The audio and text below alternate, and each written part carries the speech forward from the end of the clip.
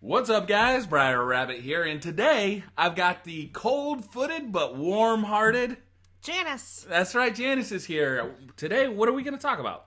I want to talk about what we did today. Oh, we had a good day. It was a good day. It was a fantastic day. Yeah, okay, so how do we start it off? It was a beautiful day in the neighborhood, and we headed out to... Thank you, Mr. Rogers. We went out to the local orchard. Oh, that's right. Okay, so they had a corn maze and some apple picking, and if you are like 10 years old, it's like the most hellish way to spend a day. But actually, the kids had a good time at the corn maze. They had a really good time trying to navigate through the maze and the twists and turns. Yeah, so what we did is we just we sat back and just let them go at it. We didn't make any suggestions as to which way we should go. They had kind of clues on which way you should go in the form of trivia, and they had a map of the overall structure, but we just let them go at it, and they had a good time. It was a lot of fun. I thought it was a little pricey for a corn maze. Yeah. But part of the donations, or part of the price that you paid was donated to the Cancer Society, so that was okay. Oh, I didn't even realize that. Yeah. Yeah. But, yeah, it was fun getting lost in there. And it was fun. I thought okay, so it was like $9 per person, and it was only $5 for each kid. But, it was something to go do. It was something that you don't get to do every day, and I kind of enjoyed it. I liked how the kids kind of were working together. We basically went with whoever made a decision first was the person who got their way. Right. Like, we just started following whoever started moving first. I tried to take the lead at one point, but I just took us around in circles. Yeah, well, you are a woman. So the boys also had a baseball game today. Yeah, they played another town, which is rare. Usually they play within their own town. Within their own town. Inside town. Right. And it was a kind of disappointing game. Yeah, these kids looked like they were, 22 years old. They were huge, and they could play really well. They were pretty big. I was surprised. It seemed like a mismatch right from the beginning. Yeah. But I'm looking forward to the point where they get to the point where like the games look more like a MLB game, like a baseball game that you'd see on TV, and less like a little league game.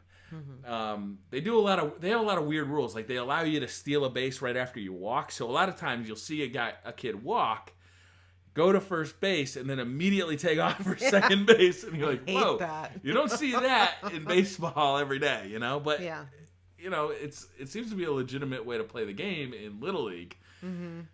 But I'm looking forward to see when they start actually having more normalized games. Right. But they were a little disappointed after the game, but I don't think there was much to be disappointed with. They came up against a team that was clearly on steroids, and they've lost a couple games in the recent past, but I've never seen them so down after a game. They were dejected, and the coach had a long talk with them, and I'm wondering if the coach got a little down on them, too. I think that's what it was, because usually they just brush it off, and we had fun, but we lost, no big deal. But today, they were really not into it. They were also tired, because they were up really late last night, and they slept on the couches. Yeah. They didn't sleep on the same couch, but they didn't even go to bed last night, so it might have been they were just kind of tired. Yeah, I think that was a big part of it. Yeah. So with Christmas around the corner. Yeah. We haven't even gotten to Halloween yet, but with Christmas around the corner, I had a question for you. What are you, Target now? You're pushing Christmas already? Yeah, I am. As a kid, what was your most favorite Christmas gift you ever got? This is easy for me. There's always been one gift that stands up above all, and unfortunately, I can't remember the name of the exact Transformer it was, but it was badass. It was this big, huge plane. It was, if you're familiar with Robotech, it was very similar to the Robotech transforming planes. This guy, he was probably about 10 inches tall and was a white plane that turned into a robot, had a big gun. My mother got him for me for Christmas when I was probably about 8 or 9 years old. And it was, without a doubt, the coolest Transformer I'd ever seen. She helped me the first time to transform it because I didn't know how to do it, and she had to go through it with the directions.